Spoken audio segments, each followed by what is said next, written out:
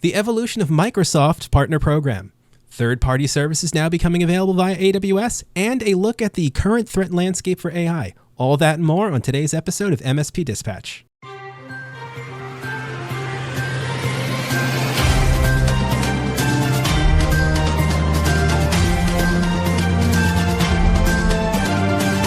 This episode is presented by OIT VoIP. Enhance your client's communication abilities with our VoIP solution, featuring integrated billing, on-demand training, and live US support. Collaborate seamlessly with Microsoft Teams integration and put your entire phone system in your pocket with Mobile X. Improve your offerings and increase profitability with reliable service for 1/10 of the average MSP acquisition cost. To learn more, visit oit.co or dial 844-CALL-OIT. Good morning and welcome to the January 26th episode of MSP Dispatch, your source for news, community events, and commentary in the MSP channel. My name is Tony Francisco and joined by my amazing co-host, Matt Fox. Matt, how are you doing today? Great to see you back. I feel like we have all these hosts and co-hosts juggling, myself included, and the combination continues to get better. How are you doing? I'm doing great, but how could I not be doing great on a Friday morning when I get to spend the next half hour with you and Super Cousin Danny in the background? Really? I mean, it's the trifecta of goodness on a Friday. I had a donut, which I'm just going to say is more of a tasty bagel than anything else this morning. And everything's turning out Millhouse, I think the kids say these days. How about you? How are you doing? I'm not that hip. Everything is going great. We have this onslaught of news from every possible direction. I took a little bit of time off. For those of you that have messaged me, asking me where I was, thank you very, very much. I appreciate that.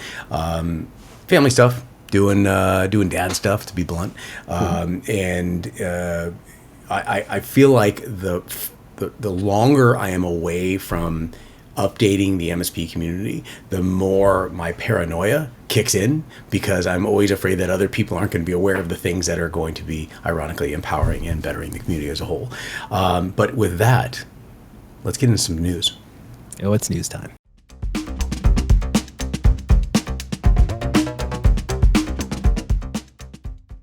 Jumping straight into my first story from channel-e2e.com. Microsoft is announcing new partner benefits packages.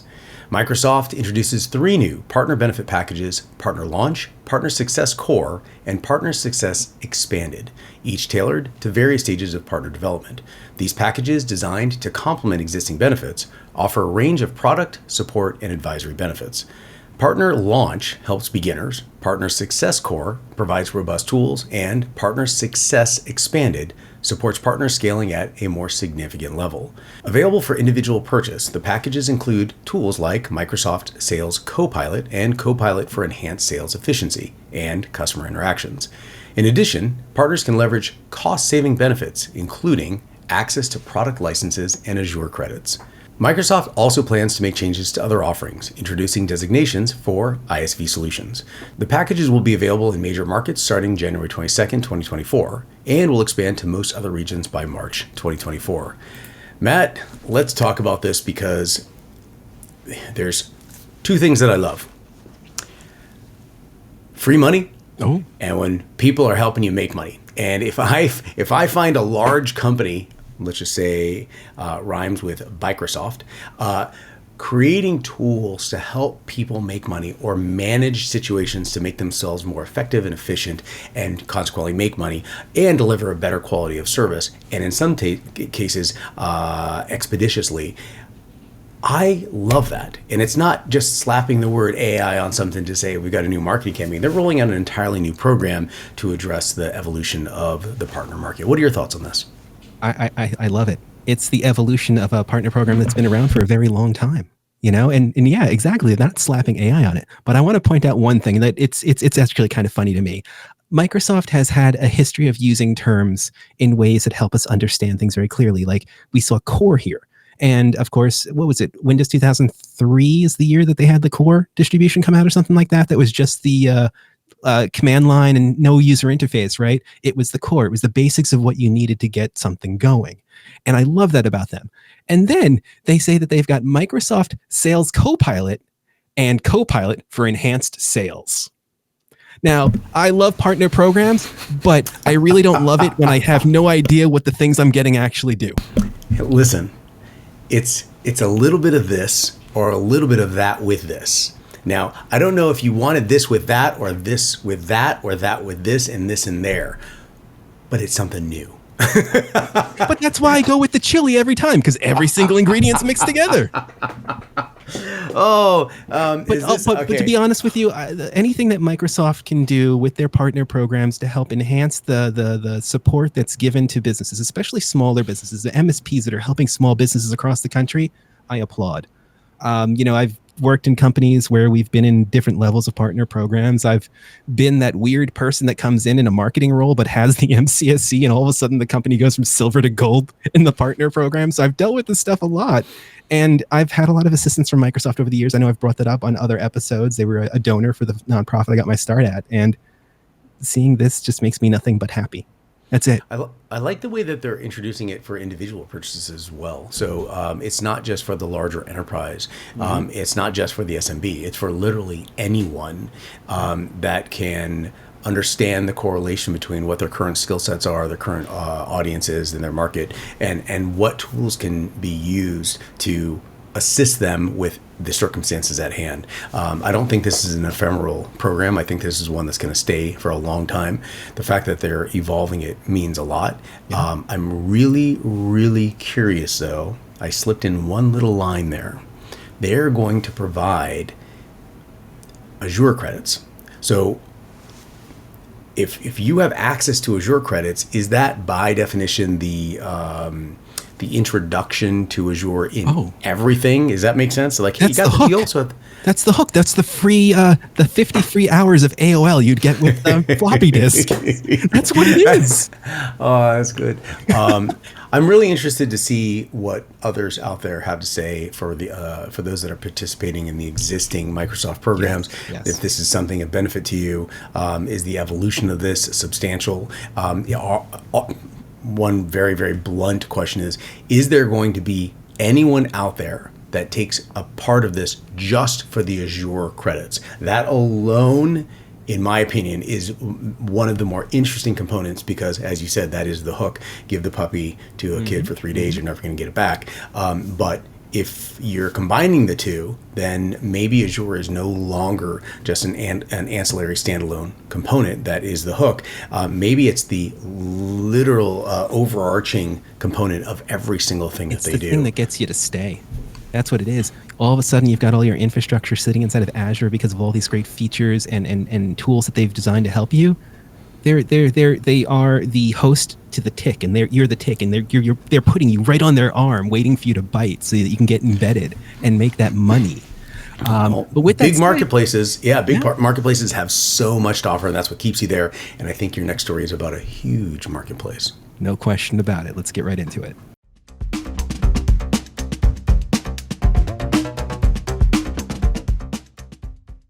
And in my first story, AWS expands Marketplace to include third-party services by Elizabeth Montalbano for Network World. Amazon Web Services, AWS, broadens its online marketplace, enabling ISVs, consulting partners, and channel partners to resell third-party professional services alongside software on the AWS Marketplace. This extension includes implementation, assessments, managed services, training, and premium support. Partners can now offer a comprehensive package customizing pricing, duration, and even legal terms. AWS Marketplace, covering 26 software categories, simplifies transactions by handling billing and providing partners with added benefits. The move aims to strengthen AWS's 32% share in the cloud computing market. It also aligns with AWS's strategy to secure more of the projected $526 billion in cloud service revenue, maintaining leadership against rivals like Google and Microsoft. Third-party services are always a great thing to be able to make available if they're done properly with regards to deployment, maintenance, and overall security. That's the way I've always felt about these things. I have dealt with third-party services on different cloud-based platforms before. For myself, I do a lot of DigitalOcean stuff. They got some cool offerings these days. But of course, that's personal. That's not for the businesses that we like to talk to. So Tony, please give me your perspective on how you feel about third-party services coming through AWS these days. I have very strong opinions about third-party services, and let's look at the structure. So if we're looking at a traditional third party, you have a singular entity. and these are ancillary add-ons in a lot of cases. They're almost unable to stand independent. However, if the independent entity is itself a mechanism to hold data, and we all know once the data is available, you can do anything you want with it, and it creates a very, very frictionless transport of the data and consumption and recompiling of the data and involvement with this mechanism. And I'm talking about a Salesforce, I'm talking about a ServiceNow, I'm talking about something with massive amounts of data that then creates this frictionless integration path for other vendors to come in.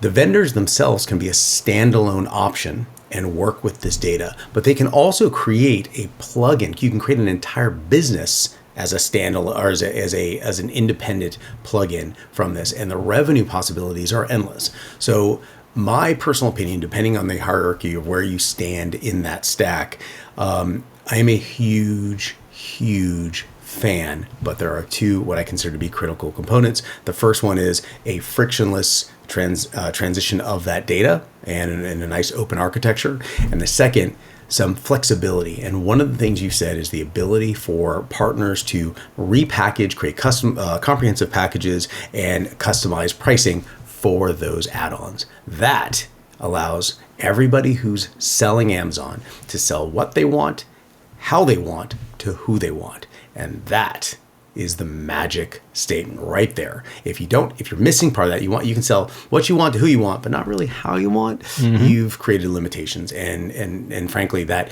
elimination is almost like a castration process in what you're trying to achieve. So you have to understand, this is what I'm trying to achieve. These are the mechanisms or ingredients that are available. This is how I'm going to offer it to a majority of my audience. Here's edge case scenarios, and the vastness of these third-party programs will allow you to do exactly that. And I think it just made AWS a very strong and compelling story. It's a total having your cake and eating it too kind of moment.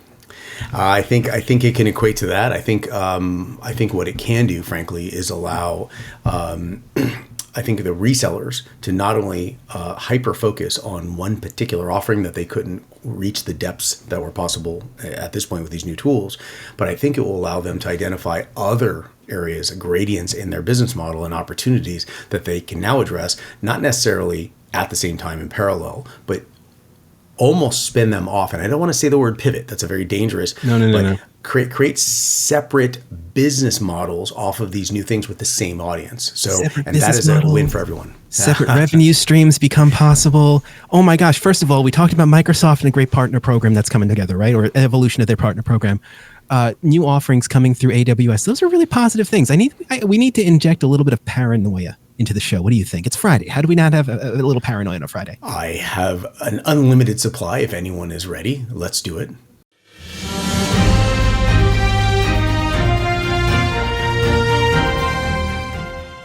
You want paranoia? I got plenty of it. Let's jump into my next story from darkreading.com.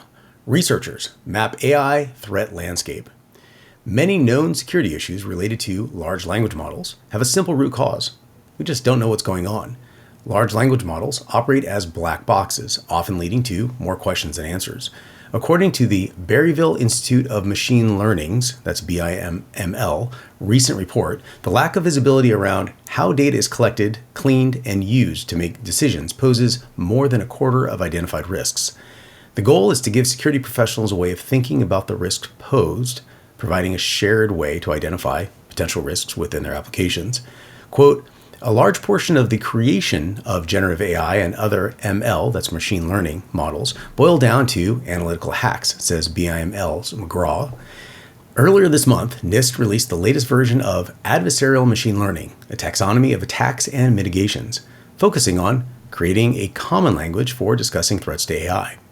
Apostle Vasilev of NIST notes that existing defenses and attacks are basic because, in many scenarios, something as simple as cleverly designed prompts can bypass existing rules and controls. Vasilev continues, quote, it turns out that practically all mitigations that are out there are limited to and incomplete. That means that we're in for a game between attackers and defenders until we find better lines of mitigating risks. Matt, let's talk about this. All I hear are control mechanisms, controls, or lack of. That's all I'm hearing right now. And We've got large language models. We have machine learning. The combination of those two, if that doesn't set off some semblance of paranoia in absolutely everyone listening to this, I don't know what to tell you. You are apparently immune to something that I live and breathe in. I'm completely submerged in. What are your thoughts on this? The idea, whenever something is referred to as being a black box, I get a little bit nervous because that just says we have no clue what's going on here. We've got inputs and we've got outputs. The stuff in the middle, I don't really know what's going on there, but it's okay. And that is something I've battled for a long time, both in IT and even content creation. We talk about the algorithm for YouTube. It's a black box. It's got inputs, it's got outputs. There's a function or something going on there, but it's not going to be known. And that lack of understanding leads to mistrust and potential issues, paranoia, like we were talking about. And I think that what's going on here makes great sense because at least if we're going to be paranoid, we can do so in a common language and help each other. And that's what I'm pulling away from this. It's amazing that, and I apologize to the audience if this comes off a bit satirical, but I think it's amazing that one of the that NIST is participating in these efforts to make it easier for us to communicate what's going on.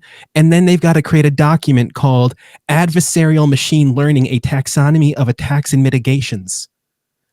How about we get that down to about 3 words so we could all say it together properly and understand what's going on? I think I'm part of ARC, the acronym reduction committee, and Have you heard of NITSUDA, the National Society of Useless Technology Acronyms? Ray Orsini and I founded it last year. That's really and funny. I think you're up for elections. What I think has happened, and this is going to happen in any business in theory, is you have this this growth arc, and what's missing is the control mechanisms, and we're focusing on the accelerators to continue to lift that growth, move that forward as up in this case as fast as possible. And for those of you in the business world, if you're looking at startups, of course, you know the triple, double in revenue. That is a perfect example of what we're talking about, where we want it to go up as fast as possible. You know what they don't talk about? Control mechanisms. And in this particular case, large language models, which we didn't hear about 2 years ago, are now everywhere. People don't know what they are, but they say LLMs all the time. People still talk about machine learning all the time. No one knows what it is. They don't understand it. This is becoming a combination of 2 things. The first one is where we lack the control mechanisms to keep everything going in the direction it should go, because we're not thinking about the forethought of where it could end up and the unfortunate circumstances that could be caused.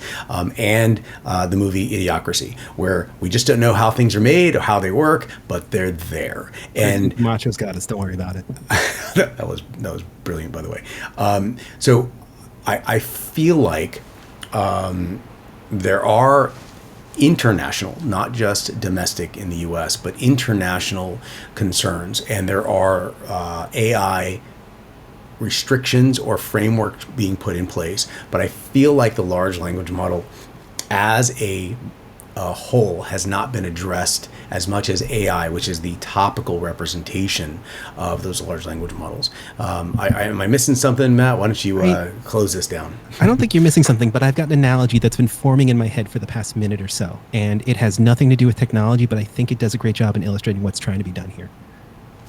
You're at a lane of a bowling alley, and you want that ball to go down as fast as you can to hit those pins. You're oiling the lane, you're wiping the ball down, you're doing all this stuff. You're not realizing that if you launch that ball at the right speed at the wrong angle, it's going to go flying through the ceiling or into someone else's lane.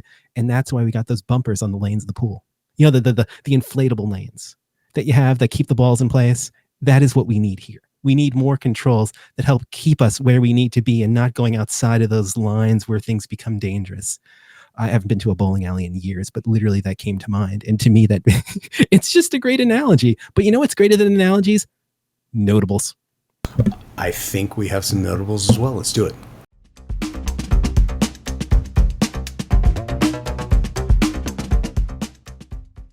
And in my first notable, AWS rival Wasabi acquires Curio AI to add intelligence to its unlimited cloud storage offering by Subham Sharma of VentureBeat. Wasabi Technologies, a Boston-based data storage startup competing with major cloud vendors like AWS and GCP, has acquired Curio AI from Grey Meta. The unclosed deal aims to integrate Curio's technology into AI-powered intelligent storage for the media and entertainment industry, enhancing data access for creators dealing with a surging volume of content. Curio AI, known for gathering rich metadata, facilitates efficient searches for specific media segments. According to Markets and Markets, the intelligent storage offering is set to launch in the spring of 2024, aligning it with the expanding global storage market, which is projected to reach $183.7 billion by 2027. And in my second notable, iOS 17.3 is out, adding stolen device protection for your iPhone, by Emma Roth for The Verge. Apple has launched stolen device protection with iOS 17.3, enhancing iPhone security to discourage thieves and make unauthorized access more challenging. Unlike traditional passcodes, it requires fingerprints or Face ID verification for actions like password viewing or Apple Card usage. In addition, it features security delay, which activates when you're away from familiar locations and requires biometric authentication an hour after sensitive actions like changing passwords or payment methods. Users can enable stolen device protection in Face ID and passcode settings. Jumping into my first notable mention from bleepingcomputer.com, Apple fixes its first zero-day bug exploited in 2024. Apple has addressed the first zero-day vulnerability of the year affecting iPhones, Macs, and Apple TVs, identified as CV 2024-23222. The WebKit flaw enabled attackers to run code by leading users to harmful web pages. Although Apple acknowledges the in-the-wild exploitation, specific details are undisclosed. The fix updates, like iOS 16.7.5 and iPadOS 16.7.5, applies to various devices. Installations of these updates is recommended to prevent potential attacks. In my next notable mention from VentureBeat.com, Google Chrome adds new AI features to boost productivity and creativity. Google Chrome's latest release, Chrome M121, introduces 3 generative AI features to enhance browsing. Tab Organizer automatically groups and labels similar tabs, reducing clutter. Create with AI allows users to generate custom theme-based subject, mood, and color. And the upcoming Help Me Write feature assists in drafting text on the web, suggesting improvements based on user preferences. These features are part of ongoing efforts to integrate AI into Chrome and have received mixed reviews. Praise for convenience and creativity, but concerns for privacy, security, and accuracy. In response to this, Google assured users that no personal information is collected, and it pledged to better AI quality and reliability through user feedback.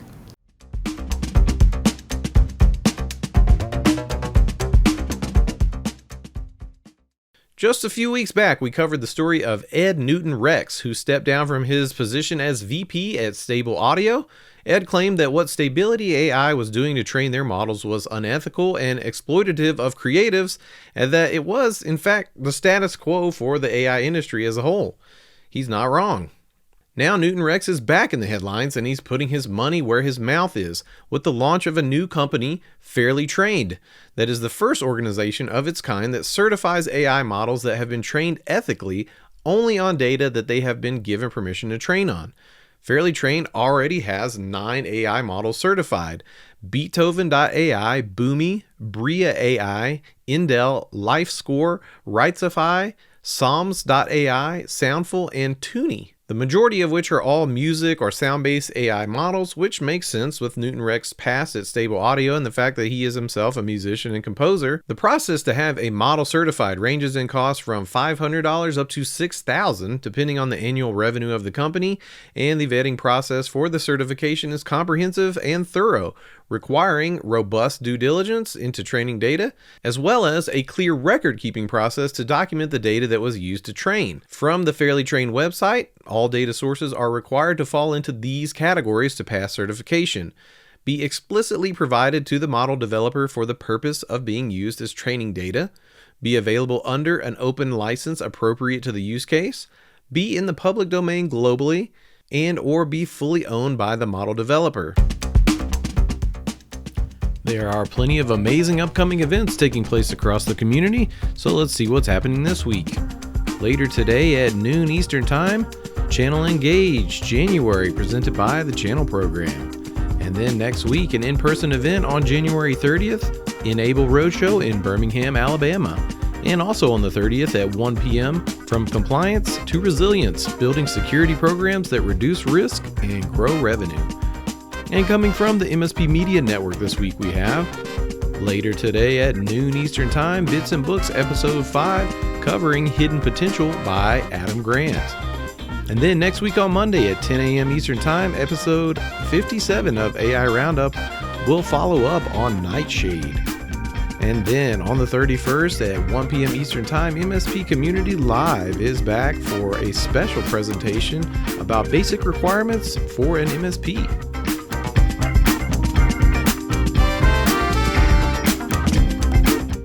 So how'd you like today's show? If you like it, please hit that thumbs up button. If you didn't, go ahead and hit it twice. If you want to hear more, go ahead and hit that subscribe button on YouTube or your favorite podcatcher. Did you know that we also have a Discord where we post these stories all week? You can even propose your own stories and vote for which ones we're going to cover. As our friend Rich Banky says, make sure you tell a friend. Also, be sure to follow us on social media at MSP Media TV. If you have any questions, email us, news@mspmedia.tv for answers on the next episode, or just leave us voicemail at 833-MSP-NETWORK. Matt, thank you so much for being on this. I'm pretty certain that we have an unlimited amount of BeReal bloopers. It only took me about, well, let's look at the time here, about 45 minutes to get through one article because I had to say every word 3 times. I don't know what. You're tired. You have to go eat lunch. I'm barely on a thread, but I'm just happy to be here, man. Seriously. We're good. And you know what, Friday? It's Friday. It's Friday, man. It's Friday. See, now your energy's getting back up. See, that's all you need to hear. You need to hear the F word, and that was it. And we were not talking about F Duce this time. Tony, anything special going on this weekend for you?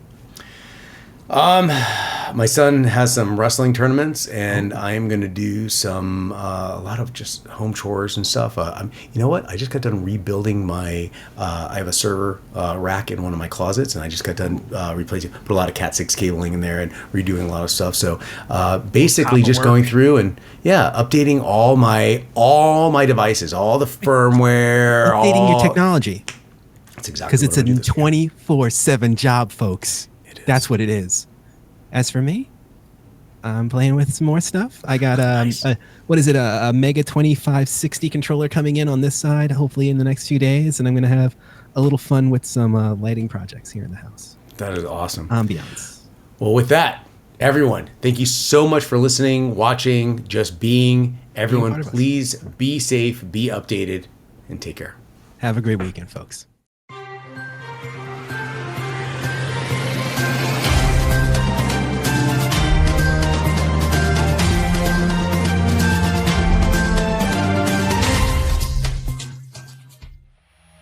This has been a broadcast of the MSP Media Network.